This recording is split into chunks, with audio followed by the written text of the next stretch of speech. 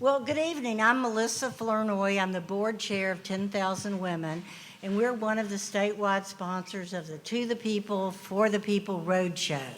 And tonight's Senate debate is co-sponsored by Indivisible, Bayou Progressive, the Forum for Equality Louisiana, and the Louisiana Democrats LGBTQ Caucus. And so we're just so grateful for y'all coming out here today. I hope you had a chance in the foyer to go by some of the tables of community groups that are committed to try and improve the quality of life here in our area. And I want to thank Pulse, Vote, Indivisible, Preach, and the East Baton Rouge Parish Library for coming out and tabling with us tonight. It really is important for us in our community to have civic engagement and to really encourage people to be well-informed citizens and to be effective community advocates. And so thank you for coming out here tonight. This was really started because we believe there's not enough energy around the May 16th elections. This is our first year for closed primaries, so there's a Republican primary and a Democratic primary on May 16th. And we believe it's important for the voters to get to know the candidates across the political spectrum. And so I'm really excited for y'all to be here tonight to meet our U.S. Senate candidates. This is an important evening to hear their views, to get to know them, to see what kind of leaders they will be if we can get them elected to the U.S. Senate, or one of them to the U.S. Senate. Now, I do want to call on my friend Monica Murphy to come up and bring greetings from Indivisible. And everybody in Indivisible, give yourselves a round of applause.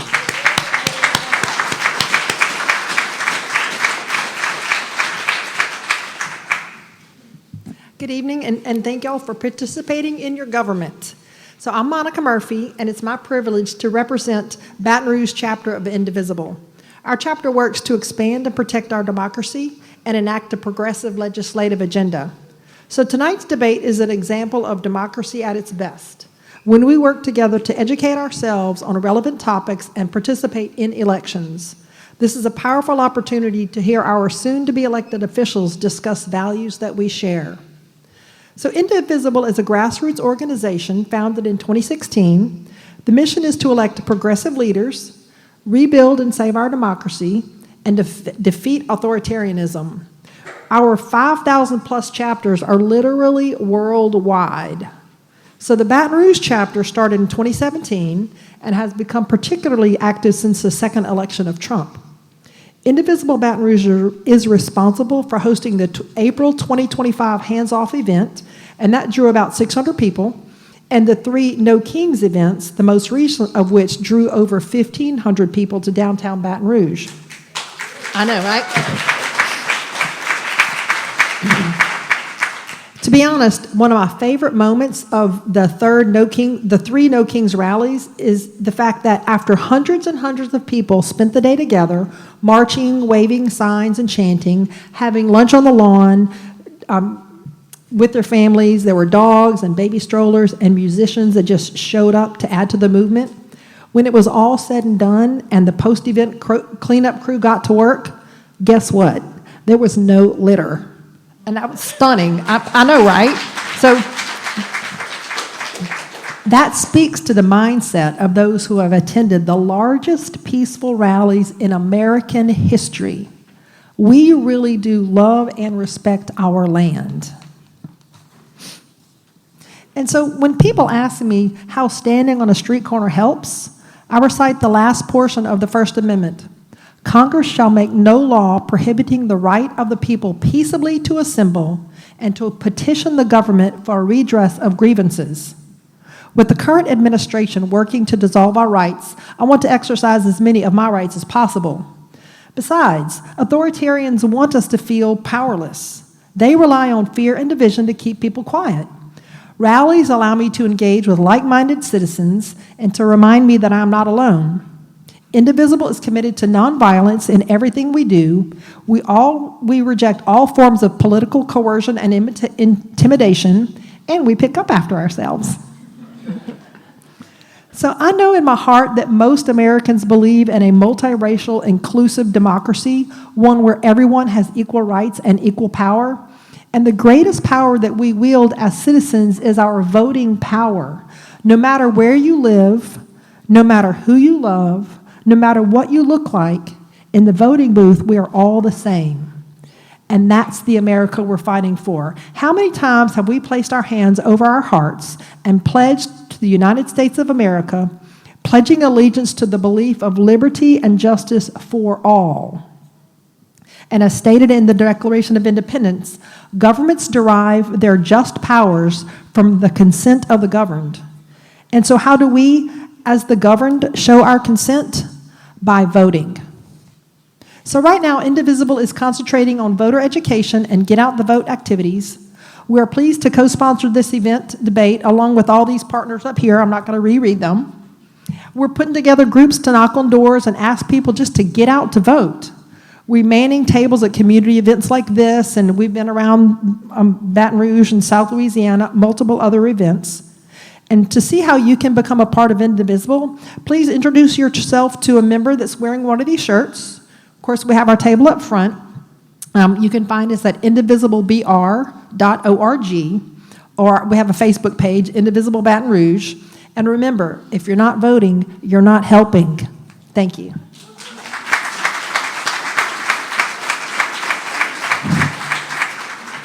We're so proud to partner with the Indivisibles around the state. The first forum was on Sunday in Lafayette. The next forum is next week in Shreveport, then Ruston and Monroe. We've got forums scheduled for Lake Charles, Hammond, Covington, in New Orleans, and Houma. The next event in Baton Rouge will be on May the 9th, and that'll be a Senate forum as well as a 5th Congressional District forum. And I do want to recognize two candidates for the 5th Congressional District now, Tanya Nyman and Lindsay Rubia Garcia. They're here today.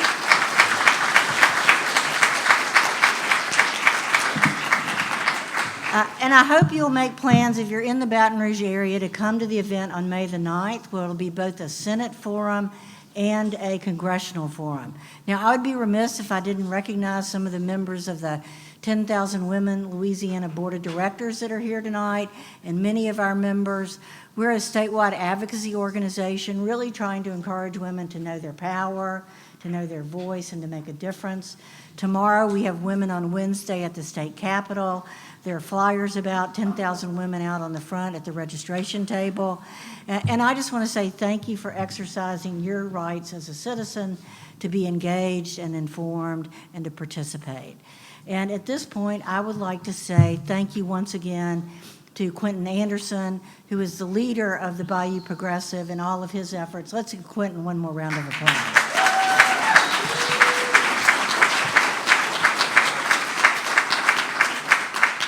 We're very fortunate tonight to have a very skilled moderator, which I will turn this over to right now, Ms. Destiny Beasley, who will introduce our journalist, panelists, and then our candidates. So thank you so much for being with us tonight. We appreciate you.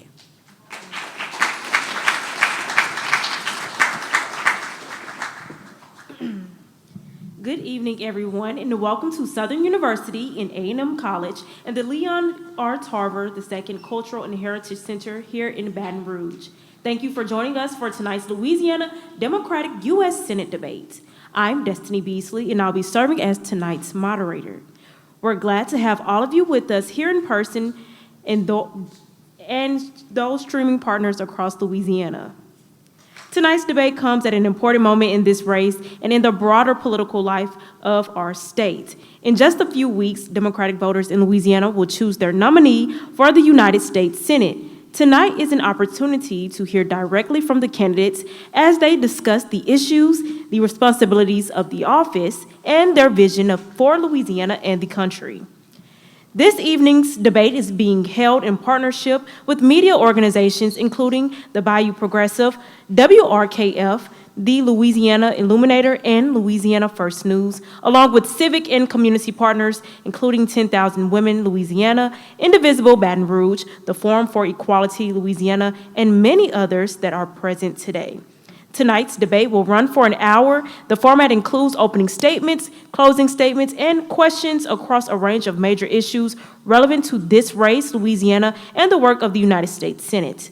Under the agreed rules, each candidate will receive 90 seconds for opening and closing statements, 60 seconds for initial responses to questions, 30 seconds for direct follow-ups when permitted, and 15-second rebuttals only when granted at my discretion.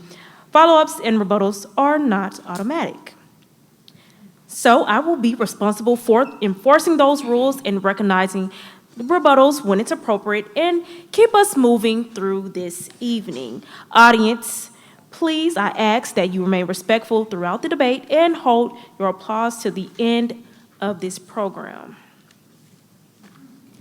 Now I'd like to introduce tonight's panel of reporters. First, we have Piper Hutchinson.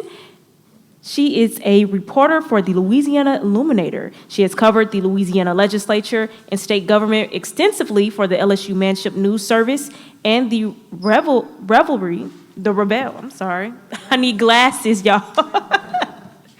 Where she was named editor-in-chief for summer 2022. So, Piper. And next we have Brooke Thorington. She's the Capital Access reporter for WRKF. Previously, she was the assistant news director at Louisiana Radio Network, where she also reported on statewide news and covered the state legislature. And finally, we have Tom Aswell. He's the founder and publisher of the Louisiana Voice. Previously, he led the Capital News Service, covering state government for about 40 weekly and small daily newspapers throughout the state. So thank you all for being here tonight. And so now let's get into this debate. The United States Senate Democratic nomination candidates. We have Nick Albares,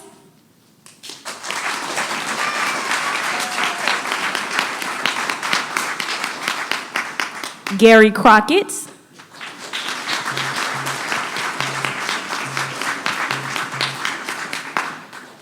and Jamie Davis.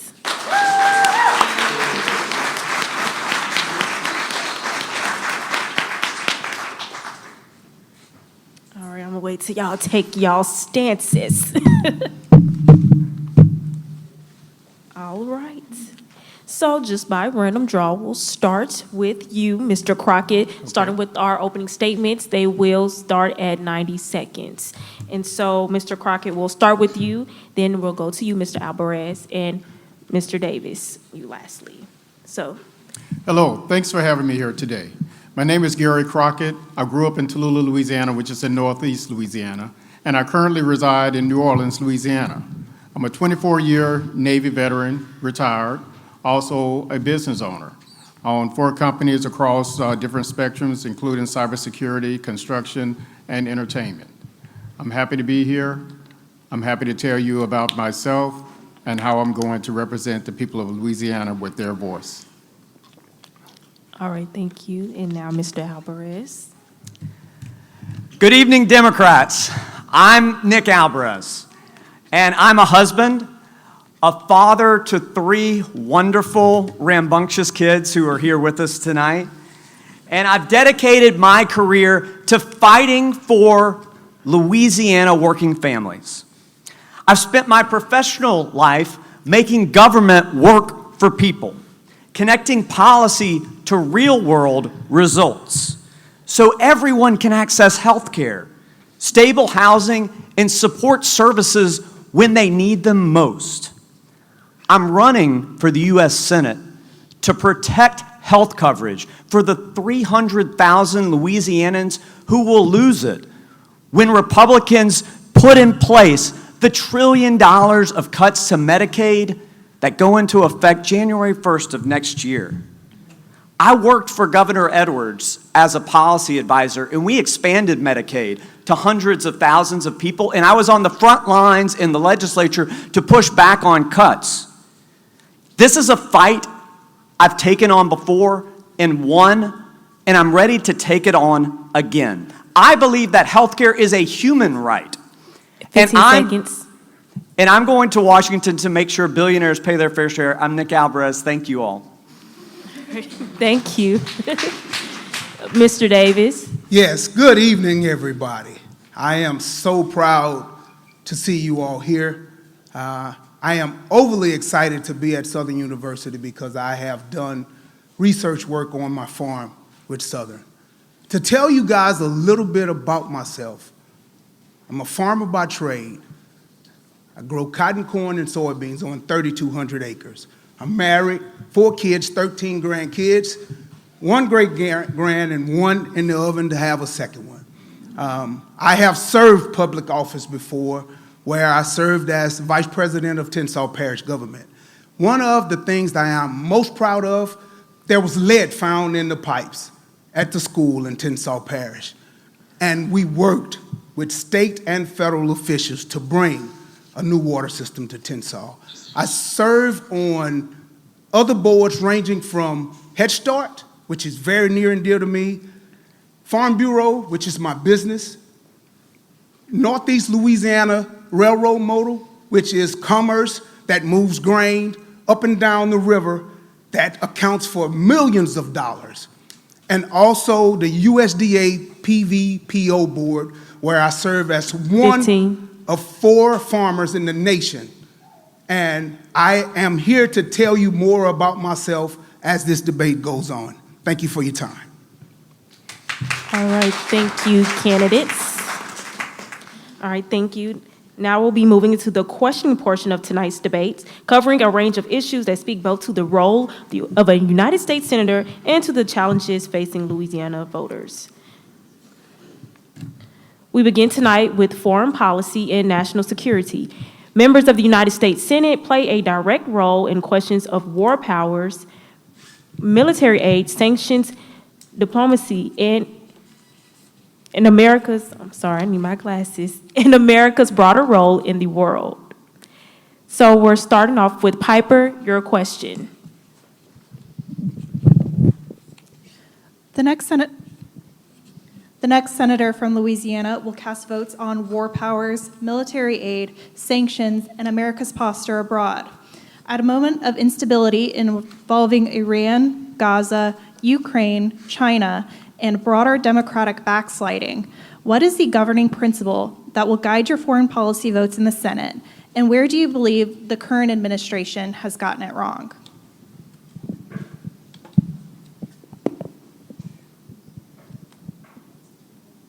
Whoever would like to start first, we'll start with you, Mr. Albares. How about that? And then we'll work our way down to Crockett, Davis. Fantastic. Thank you for this question. It's a critical question at this juncture in our nation's history. Congress is empowered through the War Powers Act to be the one to authorize whether we go to war or not. And Congress has completely abdicated its responsibility.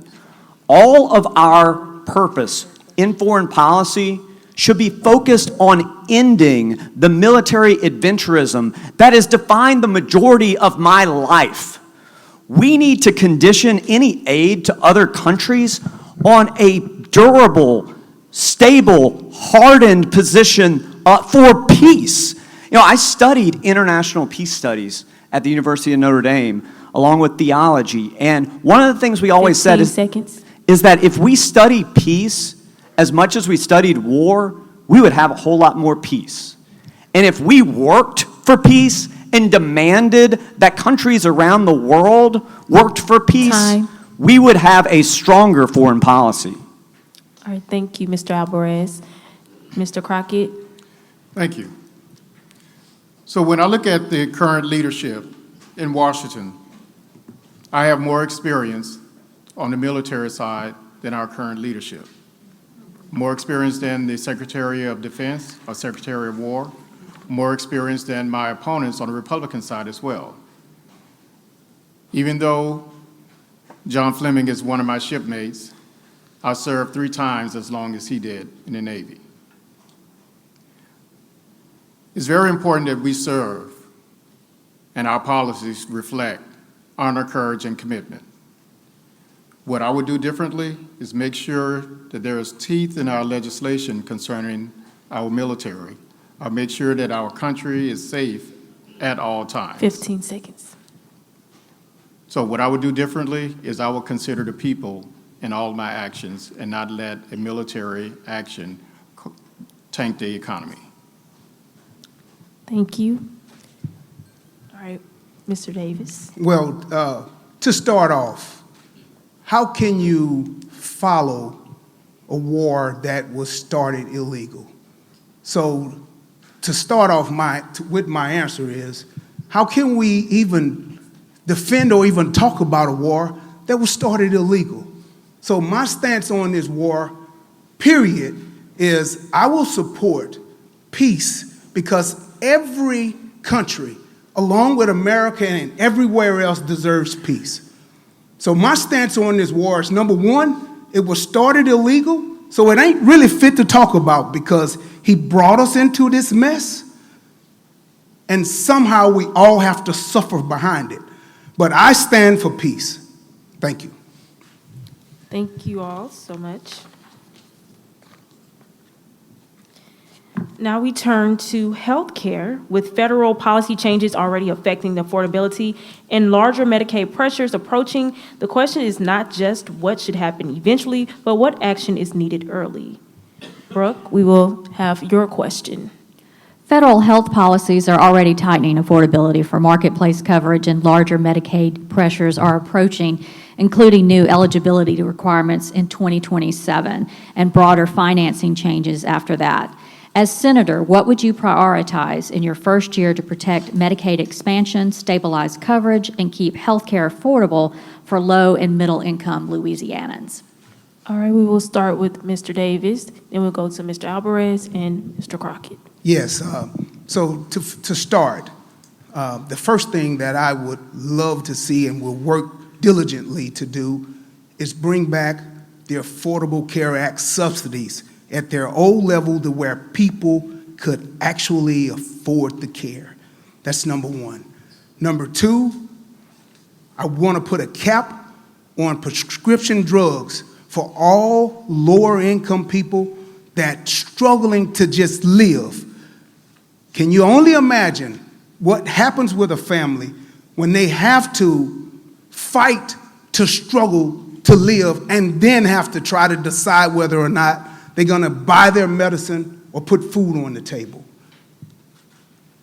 Insurance for health is an issue that we all need, and we all deserve to have health care insurance. Thank you. All right, thank you so much. Mr. Albares. So I believe that, first of all, we need to focus in the first 100 days in the U.S. Senate on reversing the $1 trillion of cuts to Medicaid that are slated to go into effect January 1st, 2027. They put these effective dates after the midterm elections on purpose. And so I believe that I'm positioned to let everyone know that health care is on your ballot. Secondly, we need to strengthen the Affordable Care Act by extending the health care subsidies that were put in place. These drove down prices for hundreds of thousands of Louisianans. And third, I will work with anyone to expand Medicaid and Medicare so that we truly can have universal health coverage. Because, as I said in my opening, healthcare is a human right. This is something that I've fought for in the past, and I will fight for again. I fought and won, and I'm ready to do that again in Washington. Thank you. Please hold your applause to the end, please. All right, Mr. Crockett. Yes. First of all, I want to say that our healthcare system is broken. Currently, the leadership has spent more on this war than on the ACA subsidies. We need to bring those subsidies back, but only temporary. What we need is a public option. I feel that the same health care that the senators and representatives receive, everyone in America should receive. In my company, there's no one under me that receives any benefit different than mine other than the amount of time off. All that being said, it's time to fix the system. It's fine to bring the health care subsidies back, but that should be temporary. Also, the expansion of Medicaid and Medicare as well. These are not entitlements. We pay for those with every check, and we want to make sure that we take care of that along with Social Security. All right, thank you so much. Our next topic is economic insecurity and the cost of living. Across Louisiana, families appear to feel squeezed by housing costs, groceries, childcare, debt, and wages that too often fail to keep up. The question for candidates is whether they recognize how they would prioritize affordability in office. So, Tom, your question? Thank you. Many Louisianans feel like they're working harder and getting falling further behind on wages, rent, groceries, child care, and student debt. What do you believe is the biggest driver of economic insecurity at this time, and what would you do to make your top federal economic priority in the Senate to actually change that? All right, so first we're going to start off with Mr. Crockett, then we're going to go to Mr. Albares, and then Mr. Davis. Thanks for the question. One of the main problems is taxes. We're taxed too much here in Louisiana already. Those that work, it's not working out for us. And it's time for the system to work for those that work. Companies, on the other hand, pay no taxes. There's a list of companies, Walt Disney, Citigroup, quite a few of these large companies, Tesla included, pay zero in federal taxes. So each one of you in here have already paid more taxes than the largest companies here. Along with that, they're paying nothing in wages.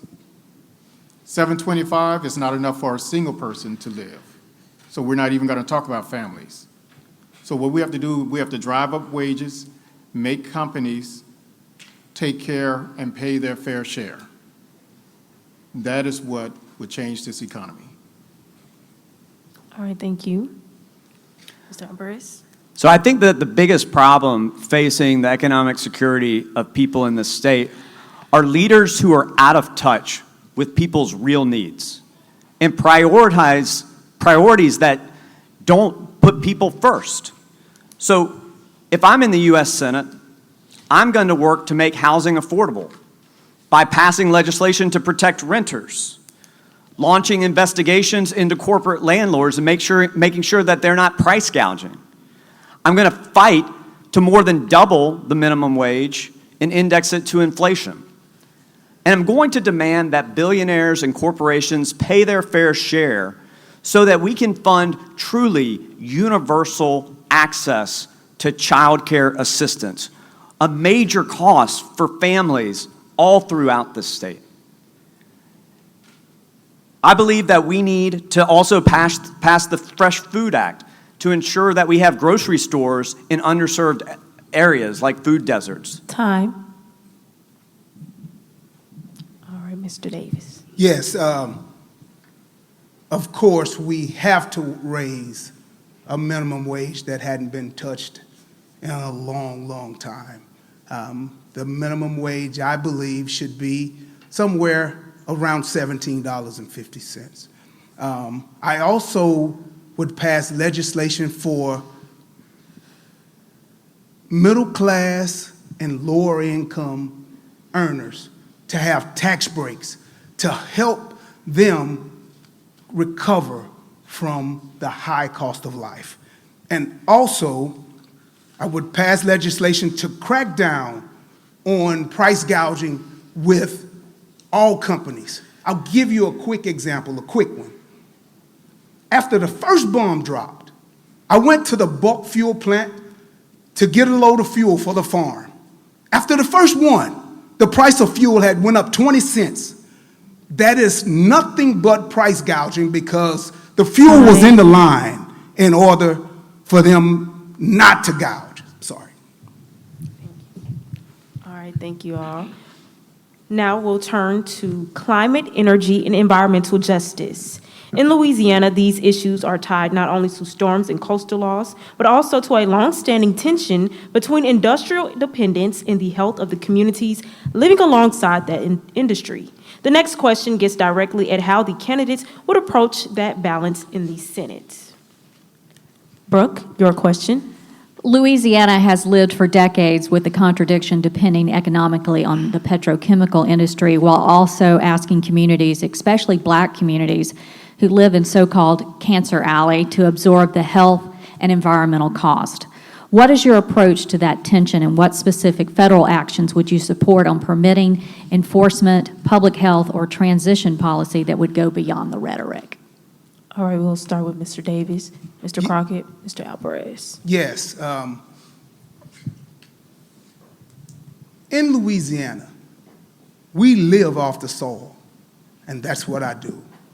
I only can imagine how the people of Roseland felt after the Smitty's event, because on my farm, it is very precious. So the first thing I do is when you emit dirt, you can get your broom out to clean it up. And I will not tarry to enforce the rules and the laws that are already in place and make them more stringent. Because in order for us to all live here, and in order for me to leave a Louisiana that's better for our future, we must take care of it and keep it clean. And I stand with the earth. Thank you. Thank you. Mr. Crockett. So as far as the chemical companies are concerned in our environment, there are three things that we need to change that. That is regulations with teeth in it, governance, and monitoring. Unfortunately, the current leadership in Washington has released EPA of most of their duties. What we have to do in our parishes is make sure that we have ordinances in place that any company that wants to do business in that parish, that they have to get a permit from the parish as well, even if it's the business license. And along with that, make sure that we have our rules and regulations and monitoring in place. We have to keep this country safe. We have to keep our state safe first. That's the only way that we're going to have a future for our children. All right, thank you. Mr. Albares. So the price of everything right now is going up, and that includes the cost of power. And so I believe that we need federal investment in renewables so that Louisiana can be at the forefront of the clean energy transition, creating more energy in cleaner ways that reduces emissions and brings down costs for everyone. I also believe that we need a Senate that is going to hold the executive branch accountable to ensure that our federal agency, the Environmental Protection Agency, is doing its job in enforcing the laws that are on the books. Now, I worked at the White House Council on Environmental Quality during the Obama administration when I was in graduate school. And there are good people that are at the EPA that currently are being kept back from doing their job.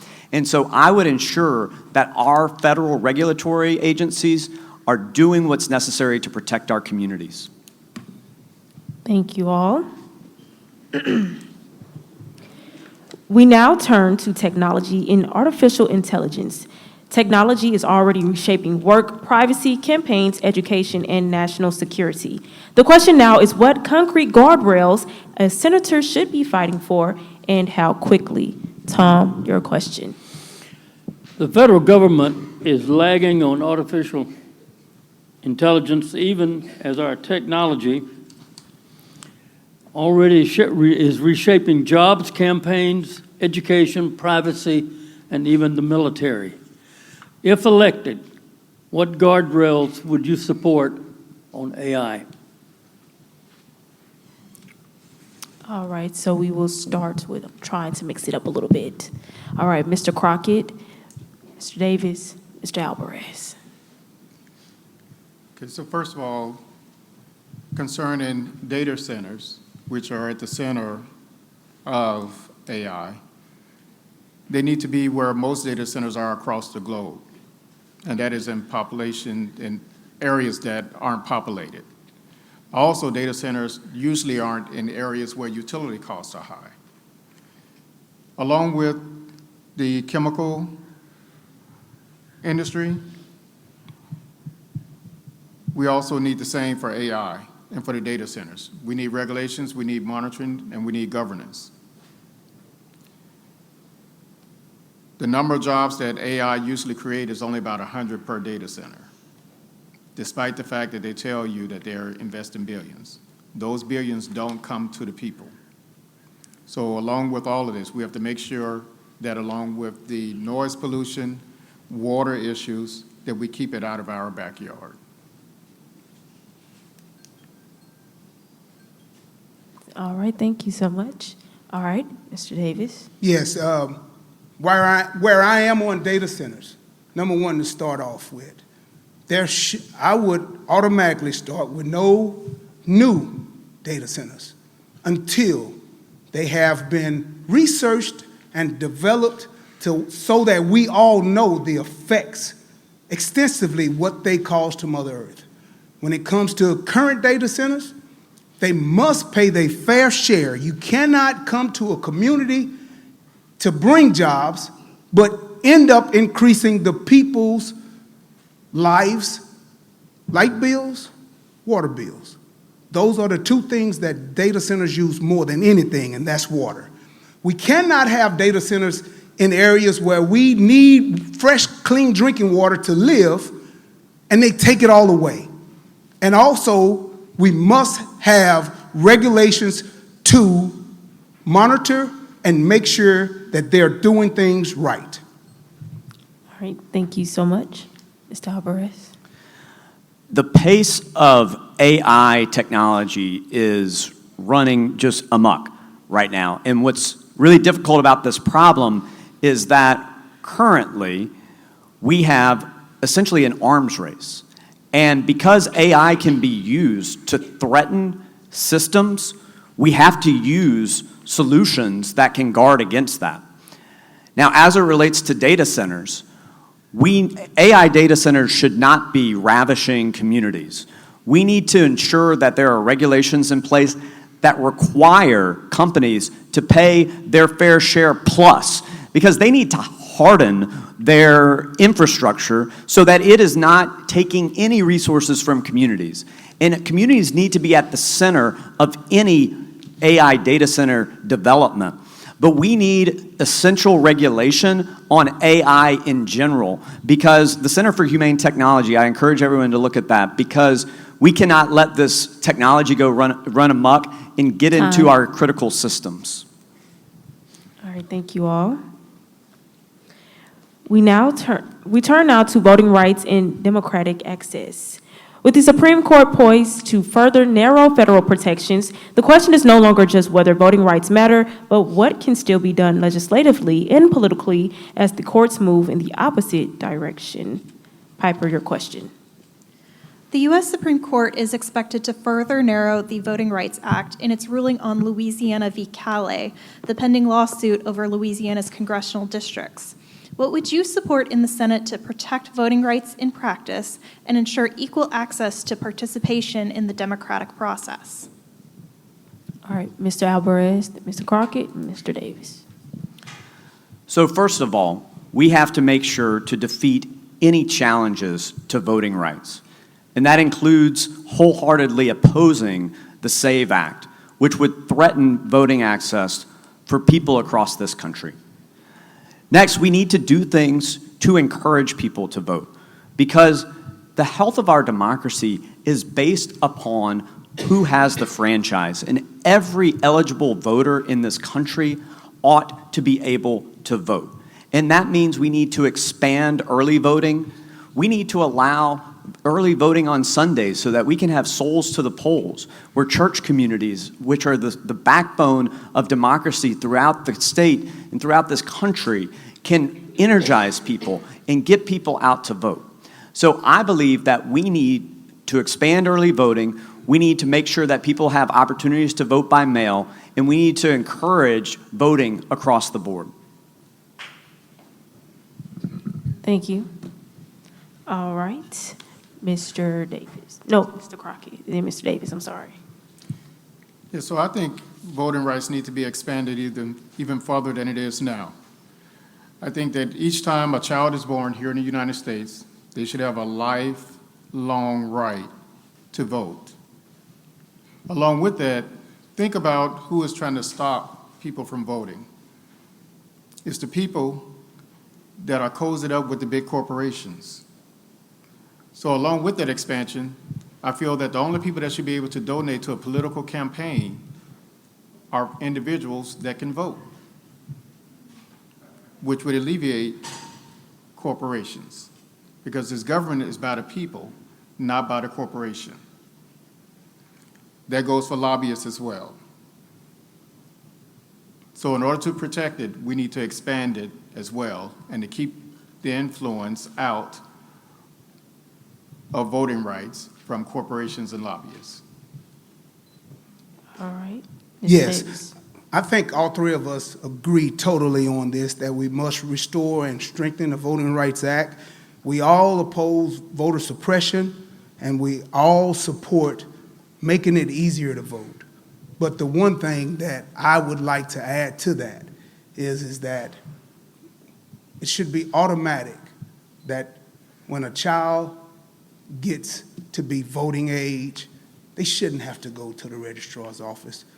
Of course, a child has a birth certificate, it has normally a social security card, all of the things that makes it a known person. Voting rights is no different than having health insurance, no different than having all of the rights to life. And so to be able to vote for a democracy, because if we shorten the way we have a right to vote, then we're killing our democracy. Thank you. Thank you so much. We'll stay now with questions of rights enforcement and the role Louisiana is playing in the national immigration system. As detention and ICE processing expand in the state, voters deserve to hear whether the candidates believe that role reflects Louisiana's values and what they would do about it in the Senate. Brooke, your question. Louisiana is increasingly being used as a hub for immigration detention and ICE processing. Do you believe that role reflects the values and interests of this state? And what would you do in the Senate regarding detention centers, due process, and the broader definition of federal immigration enforcement?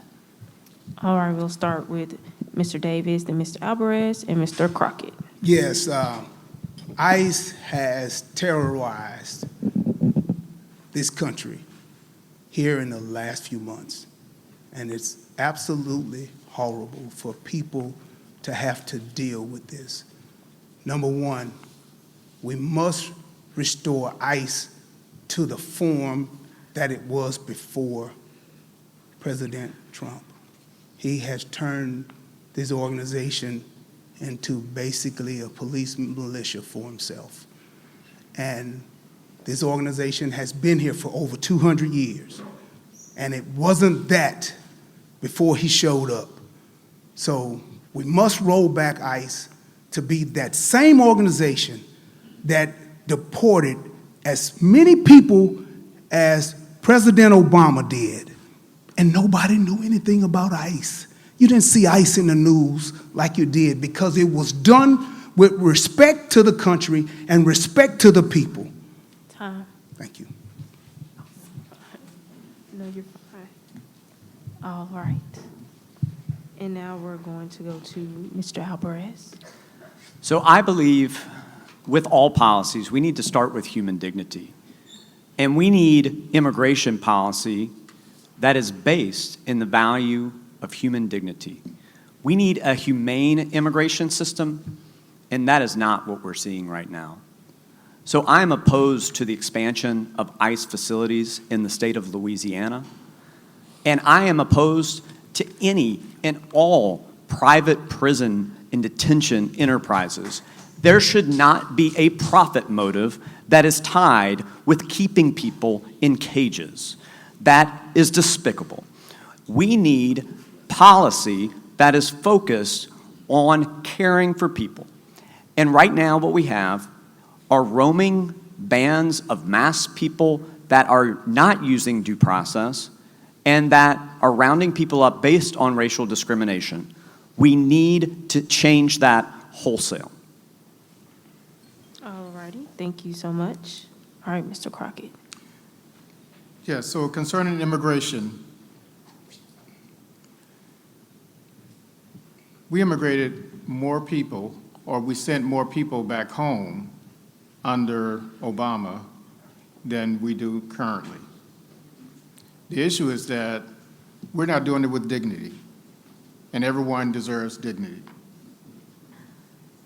What has happened to us right now is Project 2025 that originated here in Louisiana.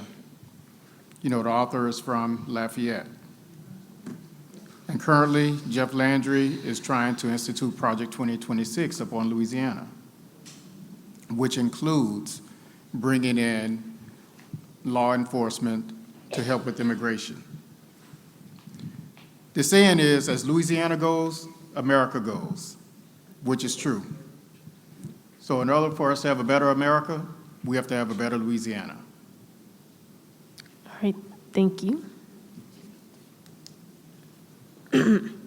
We turn now to Louisiana's particular vulnerability in moments of federal pullback. In this state, cuts to Medicaid infrastructure, research, disaster recovery, and housing support are not policy abstractions. They hit communities that are already operating with very little margin for error. Tom, your question. Louisiana is especially vulnerable when Washington cuts Medicaid infrastructure, research, disaster recovery, or housing support, because so many communities here are already operating within margins. As Senator, where would you focus first to shield Louisiana from federal retrenchment, and what would you be willing to fight your own party or leadership over if that becomes necessary? All right, so we'll start with Mr. Albares, Mr. Crockett, and Mr. Davis. So I would start with what I've talked about already, healthcare. We have to end the $1 trillion in cuts to healthcare that go into effect January 1st of next year. It's a fight that I've won before, and it's a fight that I will continue in Washington. We also need to demand that billionaires pay their fair share so that we can invest in infrastructure here in Louisiana, that we can fix our roads, our bridges, that we can protect our coast. We can do these things when we demand that billionaires pay their fair share. We can invest in affordable child care. We can invest in universal, national, paid family leave. And here's the thing. I'm going to work with anyone and everyone who's committed to these values. We are going to make sure that people are taken care of, no matter who is the president, no matter who is in charge. Thank you.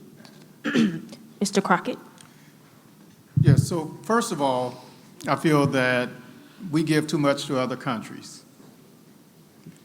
And I feel that no country should receive no more aid than any individual state receives. That is where we put teeth in our legislation. It is wrong for other countries to receive more than people who pay for what they receive. In addition to that, I believe in Louisiana first. When I reach the Senate, I do not believe in crossing the aisle, but I don't mind meeting anyone in the aisle. In the aisle is where we can meet, where we can compromise, and find out what's in it for Louisiana. Before I vote on anything, the first thing I want to find in that legislation, what is in here for my people? Thank you. All right, Mr. Davis. Yes, for me, it's rural hospitals and rural communities and rural health care. The current administration voted in the one big brutal bill to close 33 hospitals in the state of Louisiana. Those hospitals are not just in rural Louisiana, but they're all over the place. And Ledlow and Cassidy both voted for that. That's where I would start. I would then move down to reproductive health and mental health, because those issues are what drives the news right now. Women deserve the right to choose their choice, what they want to do with their body, and that is important to me. Thank you. Thank you so much. Our final topic before closing statements is governing. The United States Senate is not just a stage for argument. It is a place that demands coalition building, strategy, and the ability to operate effectively in a polarized and often gridlocked institution. Voters need to know not only what these candidates believe, but how they would actually do the job. Piper, your question.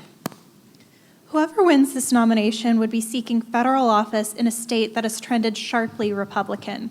How would you represent Democrats and engage conservative voters without watering down what you believe? All right, we're going to start with Mr. Crockett, then Mr. Davis, and Mr. Albares. So, Mr. Crockett. Okay, so for me, that's quite easy because most times I feel politically homeless. And the reason for that is because so many times our policies go too far to the left and too far to the right, and it doesn't take care of the people. So, as I said beforehand, I don't mind meeting in the middle. And I think the middle is where the people are. On the left and right, those are just where the ideas are.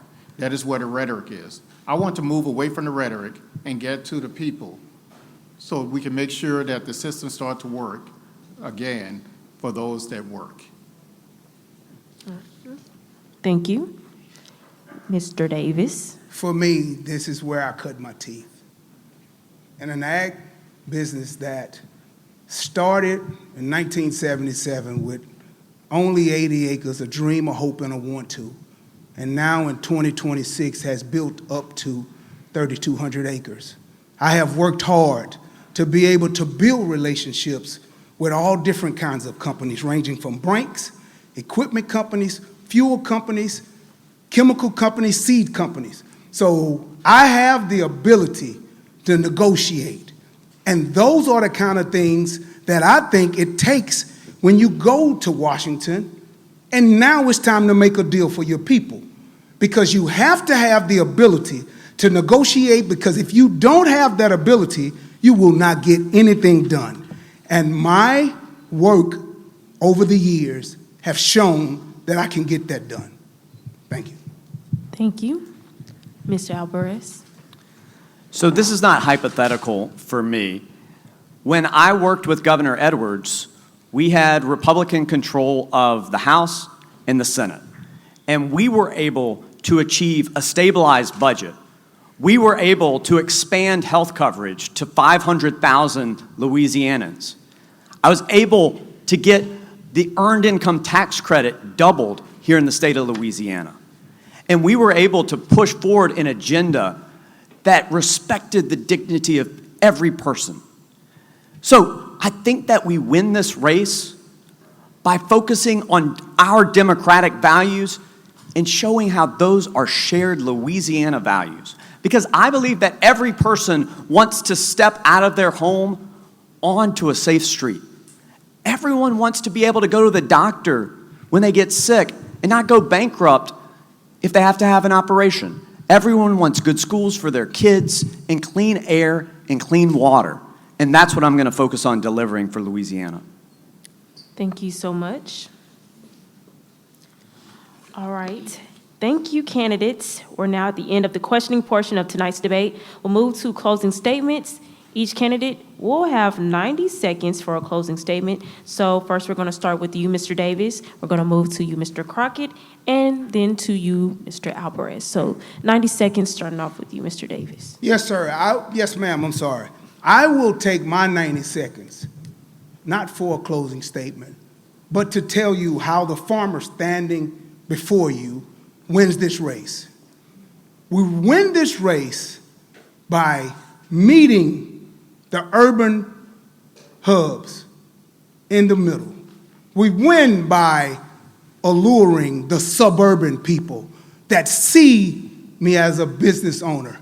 We win this race by going home to the rural areas to tell the people of Louisiana how we must get out to vote, to support the candidate that has the only ability to bring all of the voters of Louisiana together in one room and talk to them as a unit. That's how we get this done. And after we do that, we must get the people out to vote. and give them the inspiration to get out to vote. And I believe my message does that. And I will continue to sing my song just as we do in the church choir. Thank you. All right, thank you, Mr. Crockett. Well, I want to let you know that I'm like a bumblebee. I don't know that I shouldn't be here. I also don't know that I should have owned the 4 companies that I own as well, from cybersecurity, management consulting, logistics, and distribution of music and film. What I do know is that I create jobs. I do know that I give some of the best advice across the globe as a consultant. 71 federal contracts have proven that.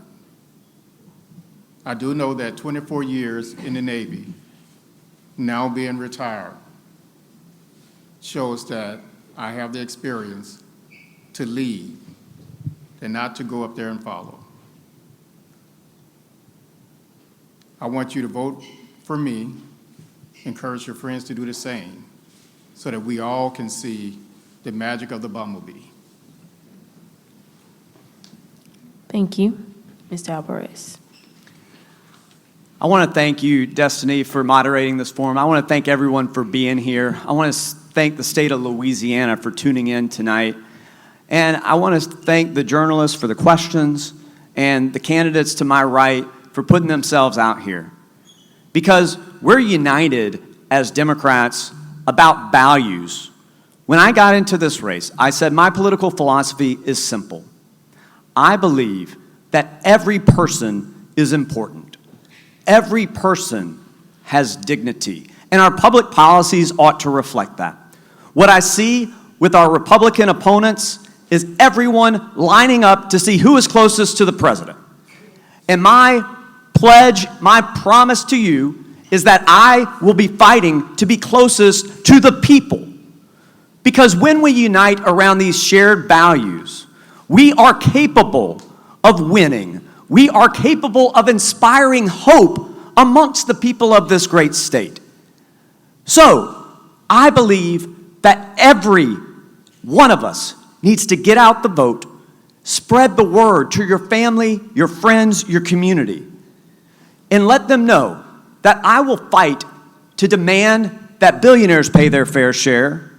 I've spent my 20 years in public service fighting for working people. Not talking about it, doing it.